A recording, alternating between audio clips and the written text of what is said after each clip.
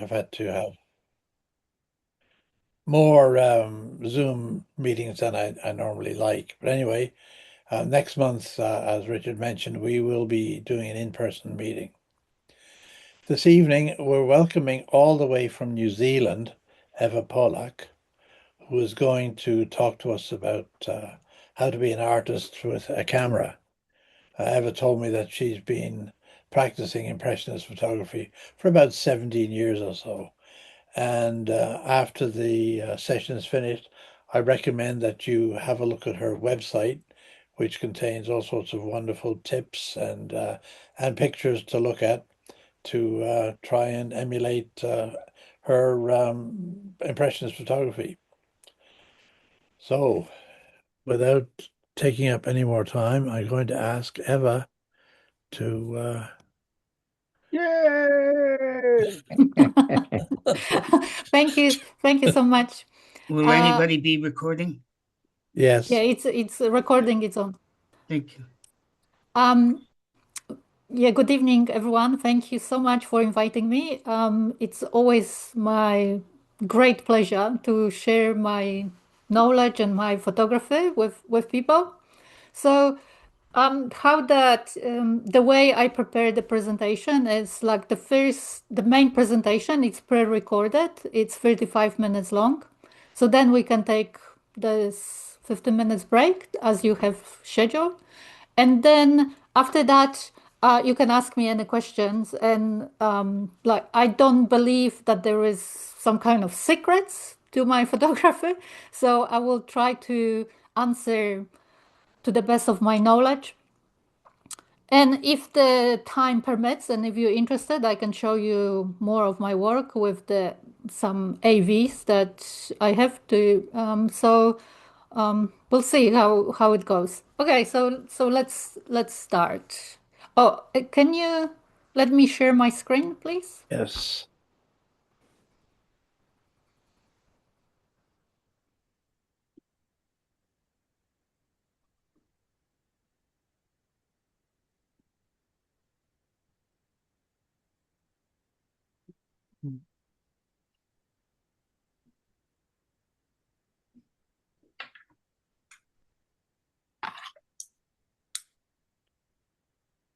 Well, where are you? I think that you have to make me like the host or co-host. Yeah, I'm not. I always have problems with Zoom.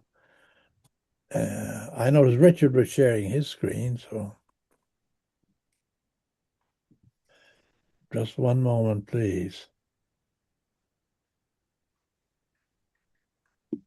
If Richard was able to share his screen, then sharing should be enabled. It looks like it, yeah. Yeah, but like you have to be a host. Not everyone can share it because Try it. Just try it and see how it goes.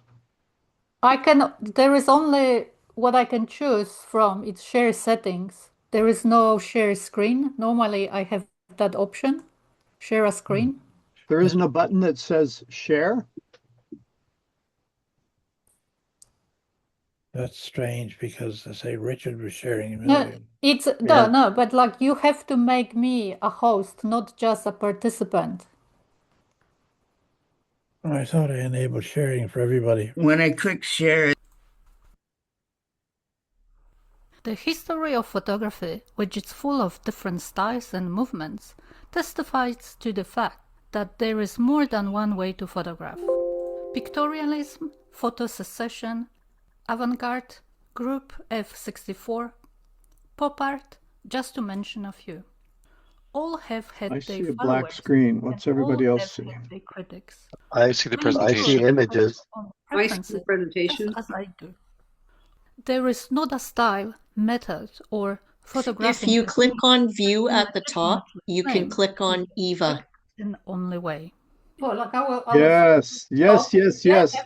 everyone can see it now. Yes. Yeah, I see Okay, I that. will Yes. start again. Thank you. No worries.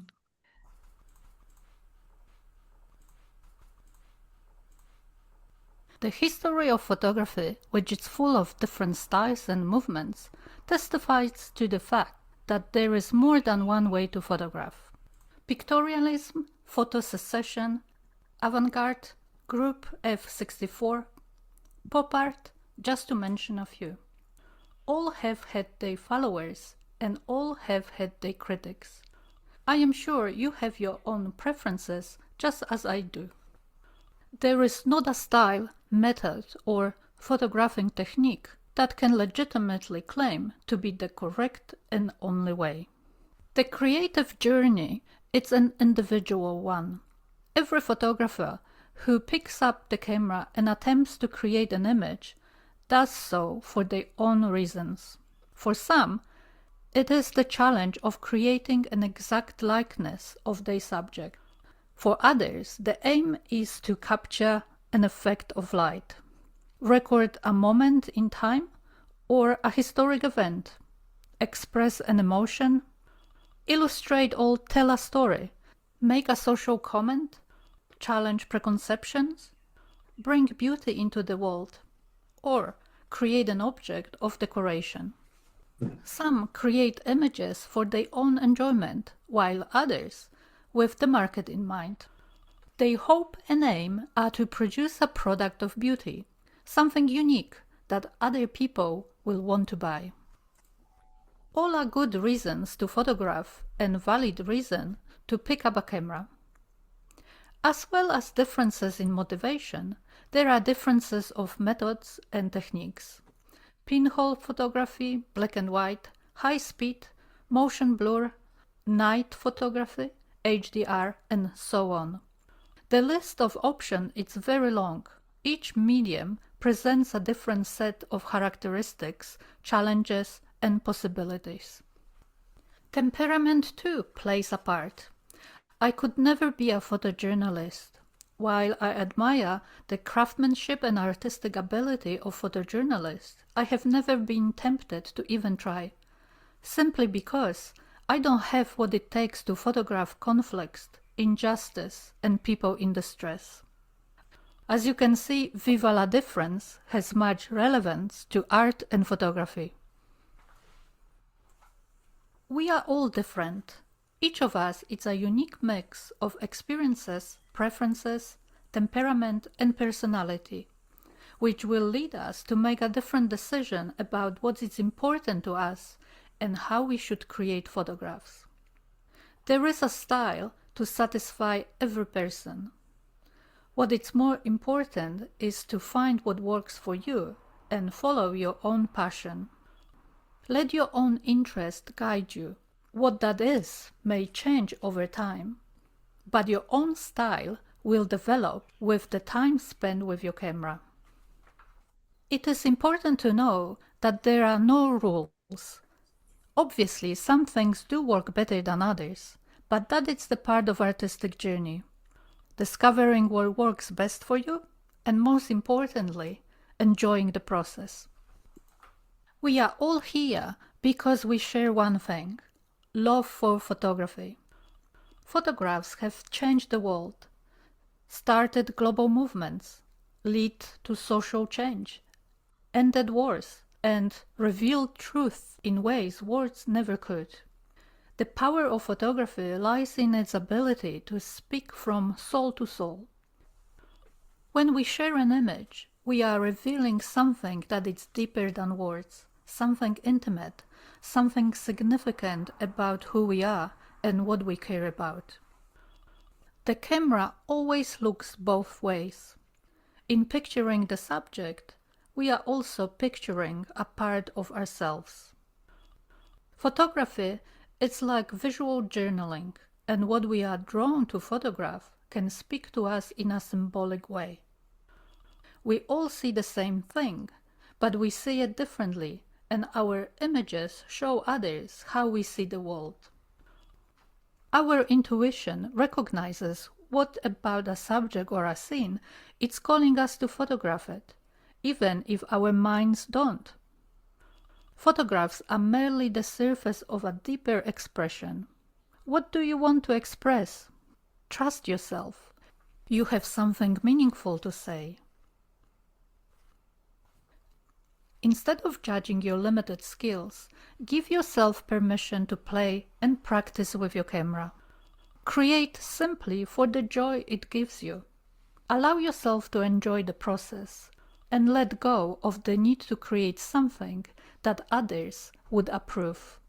If you like what you do, and if you're having fun making it, it's worth doing.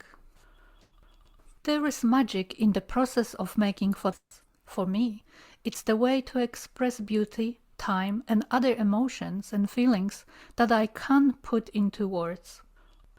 It is a way of expressing who I am. In taking a photograph, I can capture a moment in time in a way that shows how I saw it. And then I share that unique vision with others.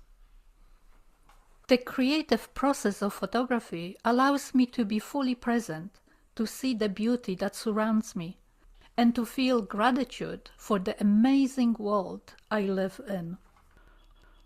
Jane Phillips once said, "To be an artist, it is necessary to live with your eyes wide open, to breathe in the colors of mountains and sky, to know the sound of leaves rustling, the smell of snow, the texture of bark. To be an artist, it's to notice every beautiful and tragic thing, to cry freely, to collect experiences and shape them into forms that others can share." These words tell us that every one of us is an artist, and when we express ourselves in our own unique way, we allow our artist self to come out and play. Photography is both an art and a science. As an art, it expresses a personal vision. As a science, it relies on technology. This double nature, it's not unique only to photography.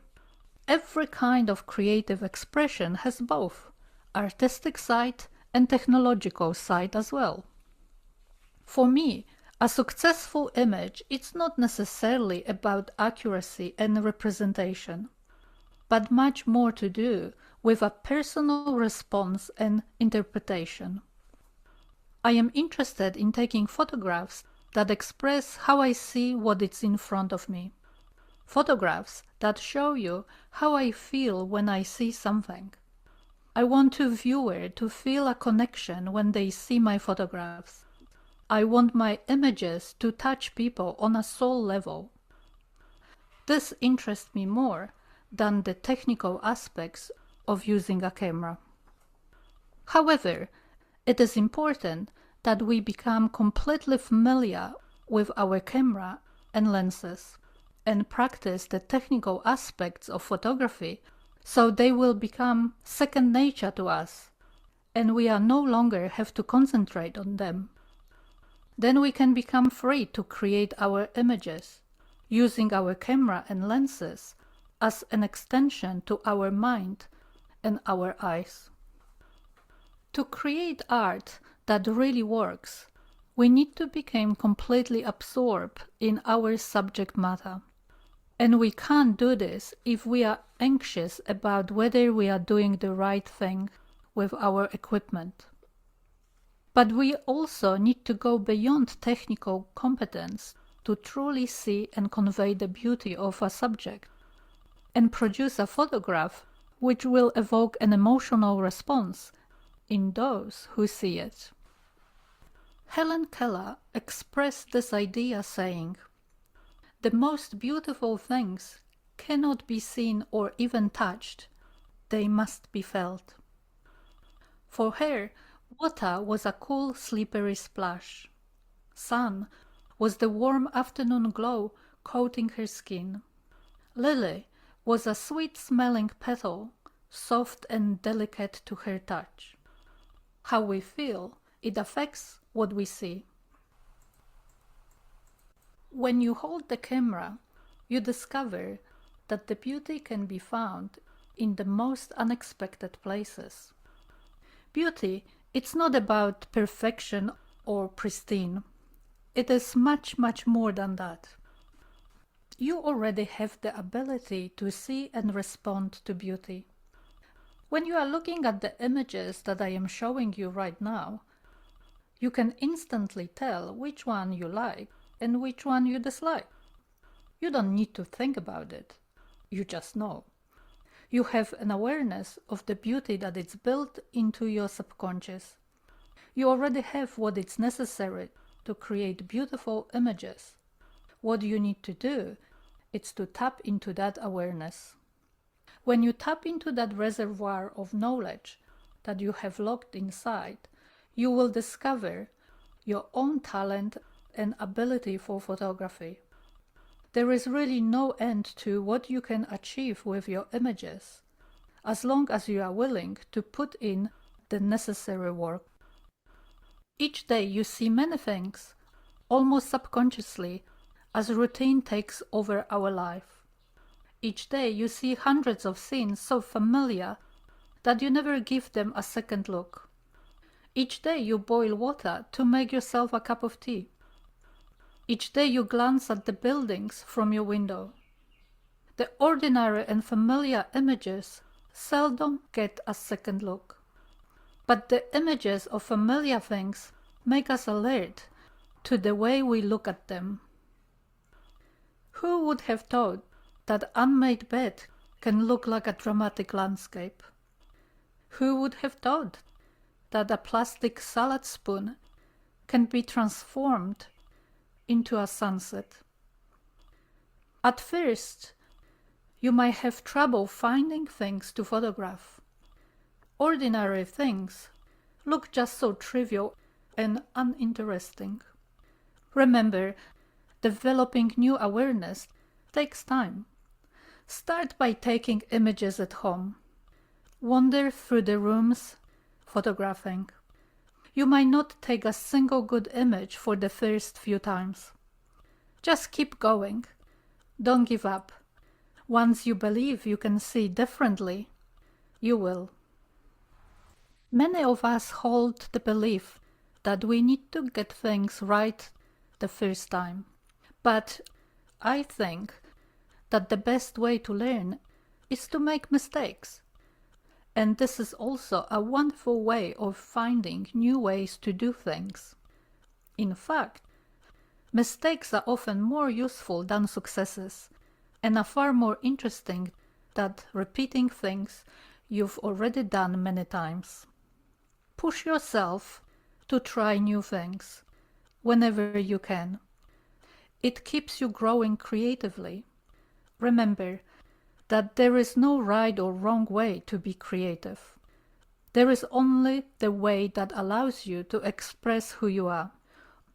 All original art begins with experimentation and often develops through mistake made and asking the question, what if?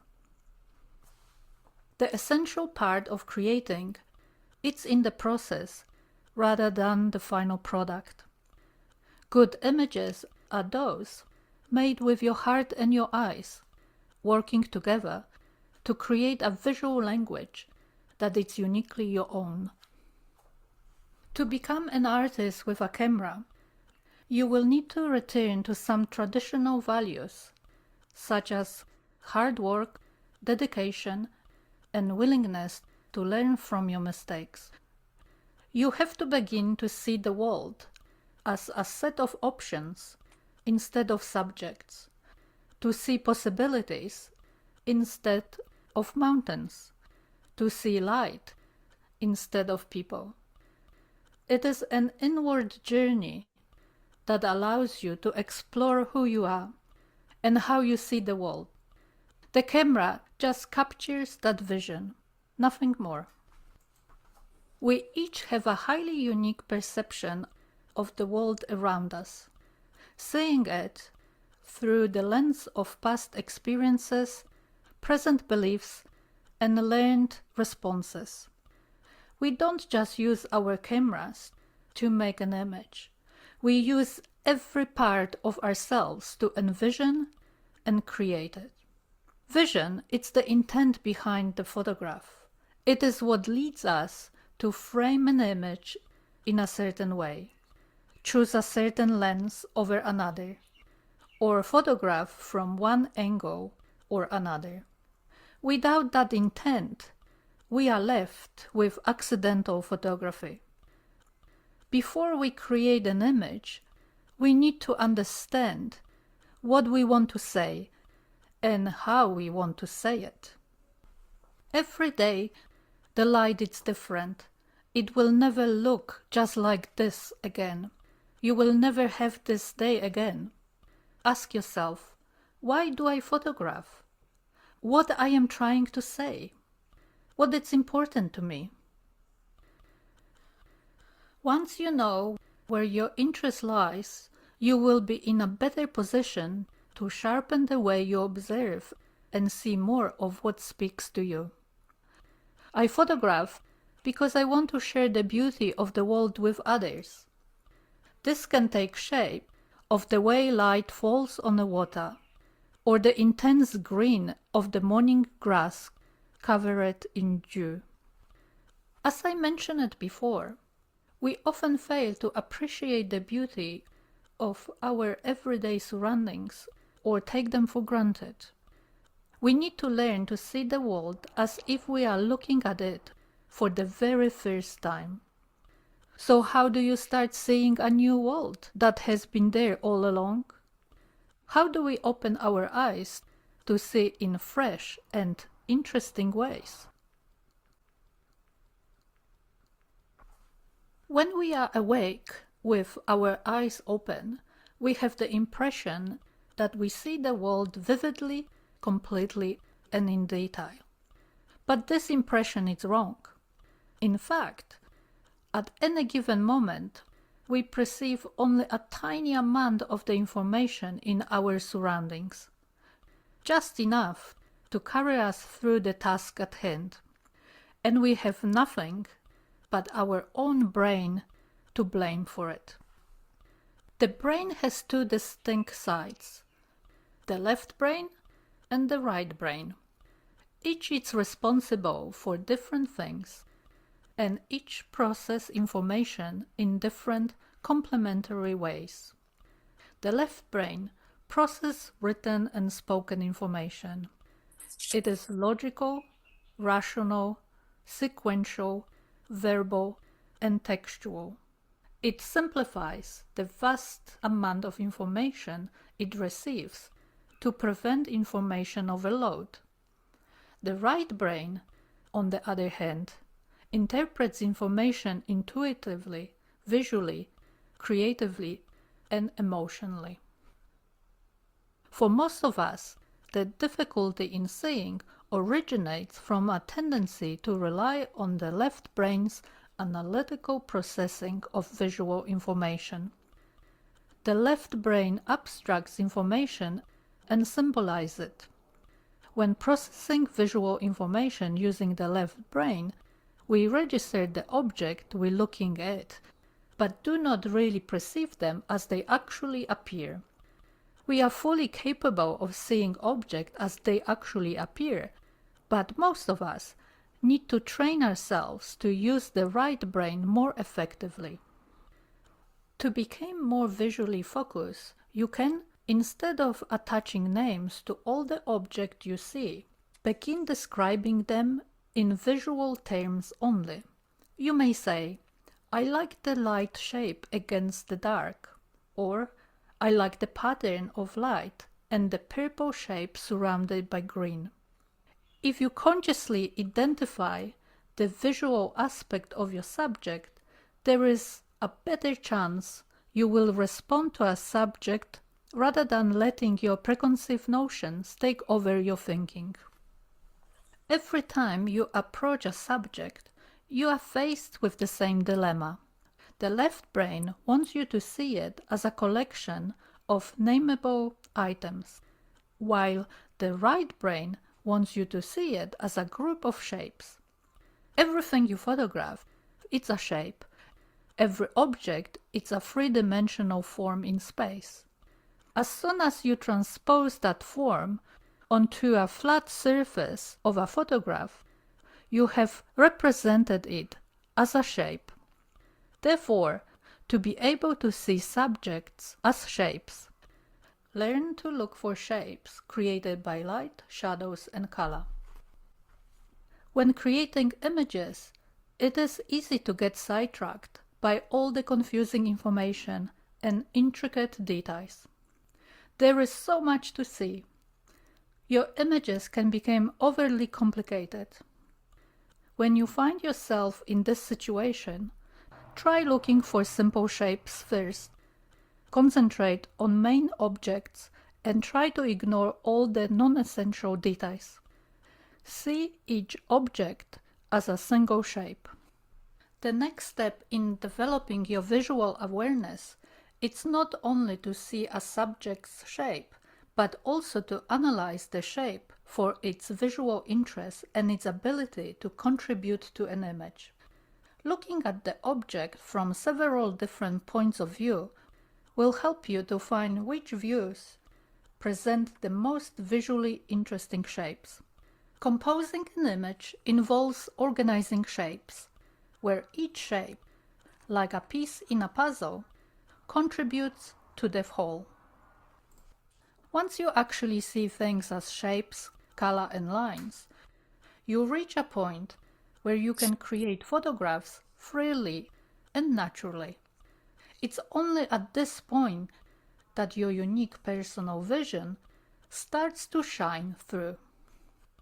Think of it as a process of discovering how to unlock the potential of a subject.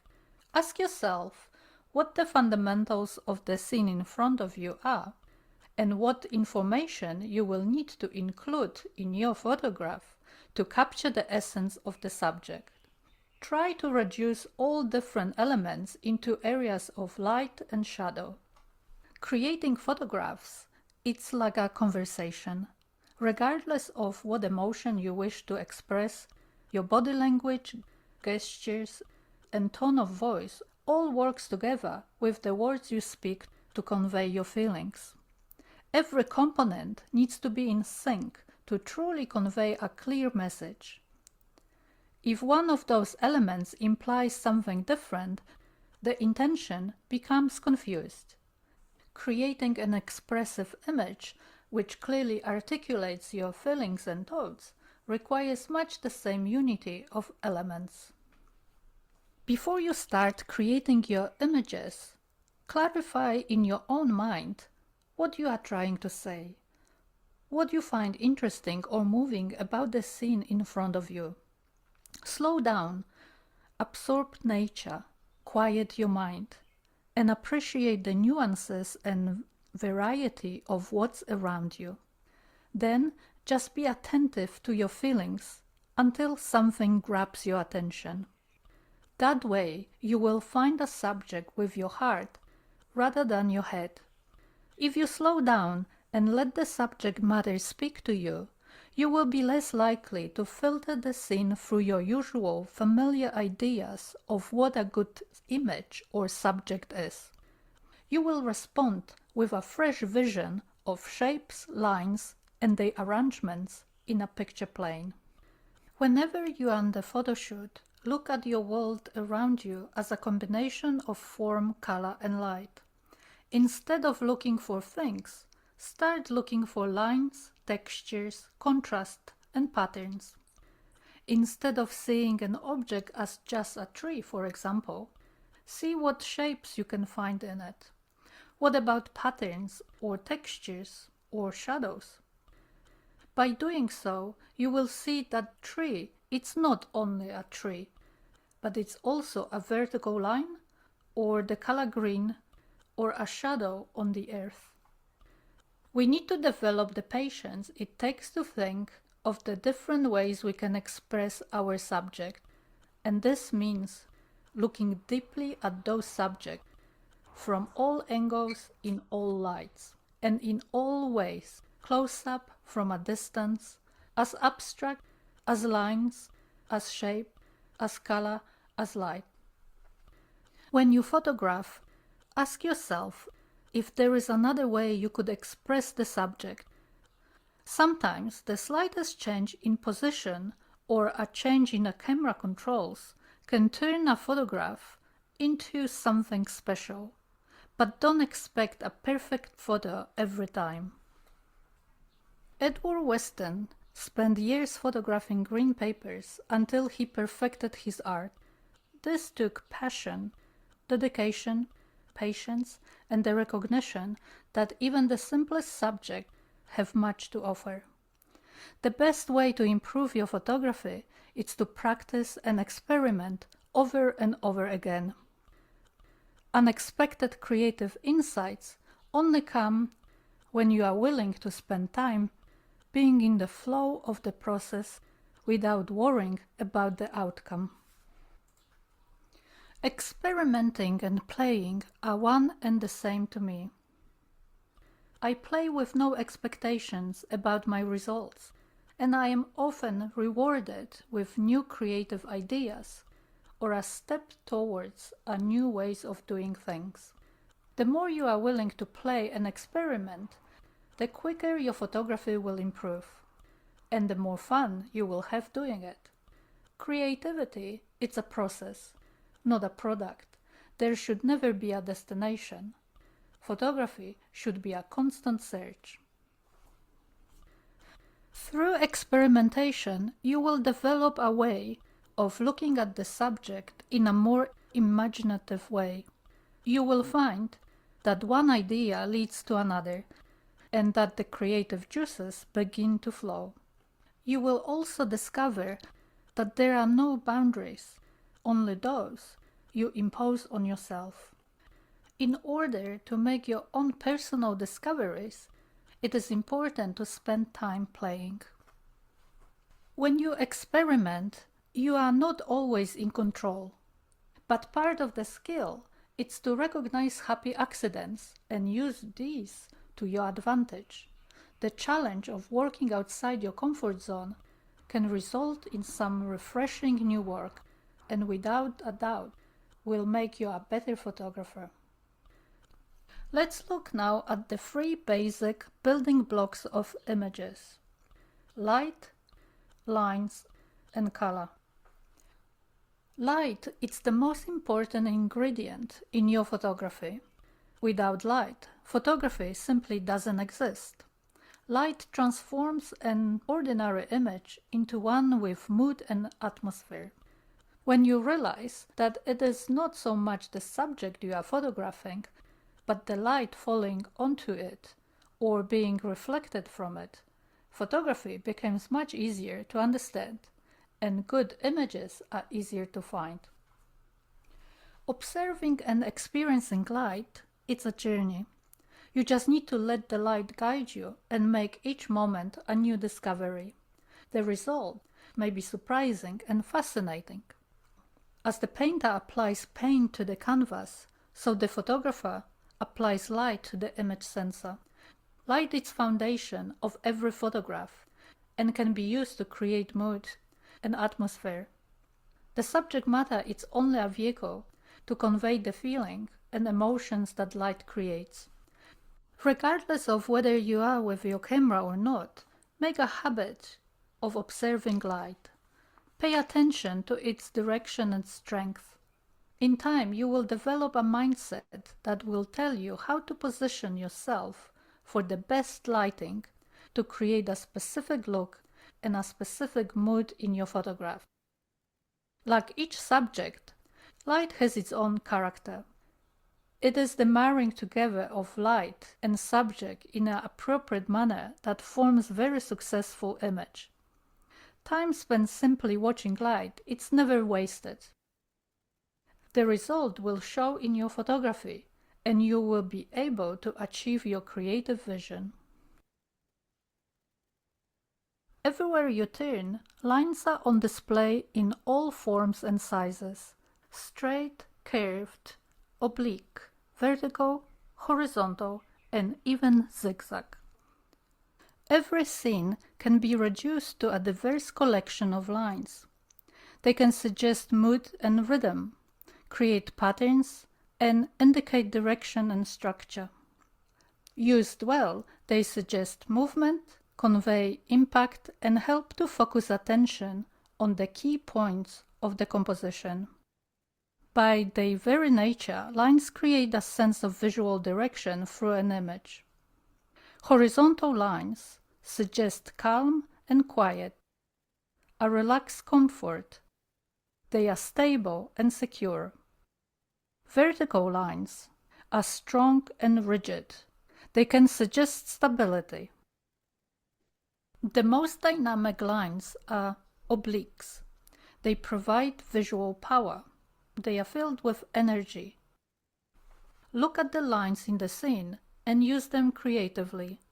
Break down each scene to simple lines in your mind's eye, and then try to put those lines together like a jigsaw puzzle to create composition that support your idea or the feeling that you want to convey.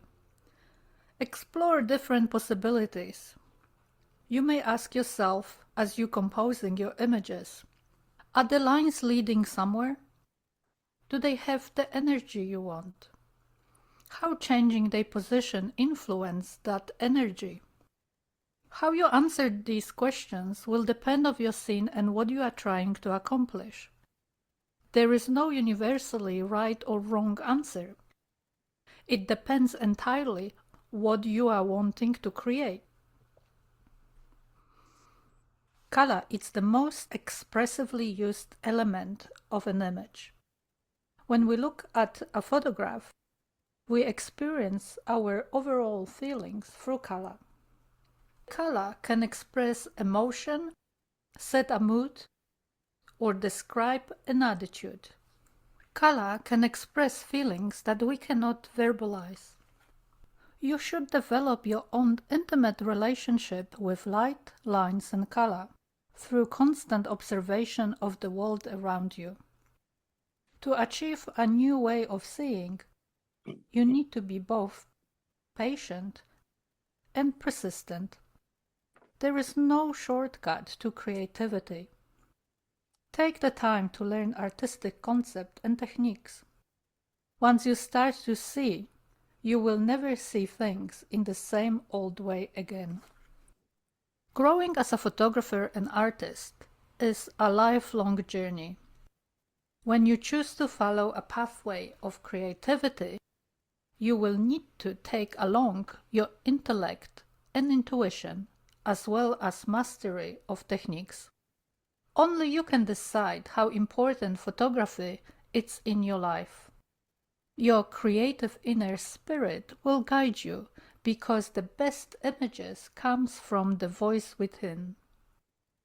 Don't photograph to please anyone but yourself.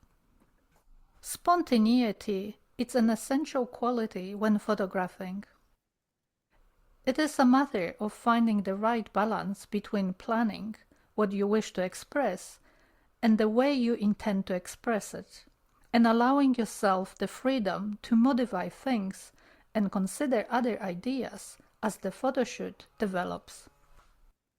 Great things will happen when you allow yourself to walk outside the box. Never let anyone to tell you that this is the box and you can't get out. Never be afraid to try new things. If you want to discover new aspects of art making and new ways of expression, play more. Whenever you are at, never give up. Never let anyone talk you out of it. Don't let yourself talk you out of it. You see this world in a ways uniquely only to you. Allow yourself to be guided by your feelings, expression, and intuition, and you will see more clearly and gain depth and insights. Whatever your goal is as an artist, go after it with passion and persistence. Through trial and error, your confidence will build, and your photographs will reflect that. Never be afraid to trust your own instincts, fantasies, visions, or dreams. Remember, the creation and appreciation of art, it's a personal and subjective process. You are free to photograph the world as you see it. After all, The possibilities for artistic expression through photography are limitless. Thank you.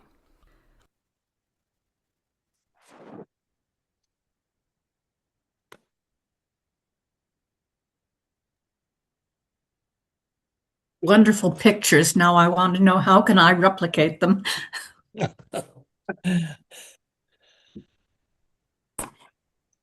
Eva, did you want to take a break and then people can ask questions?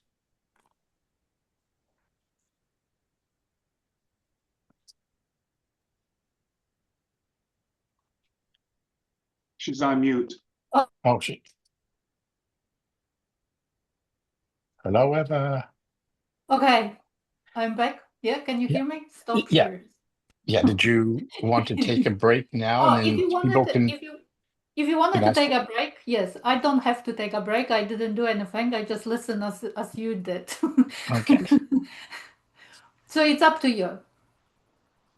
Yes. Okay. Well, okay. We'll take a break and then people can think of questions and for Eva when we come back. Yep, no problem. Thank you. Okay. So it's about 5 to 8. How about 10 after 8? Yep. Okay. Very good. We'll take a break.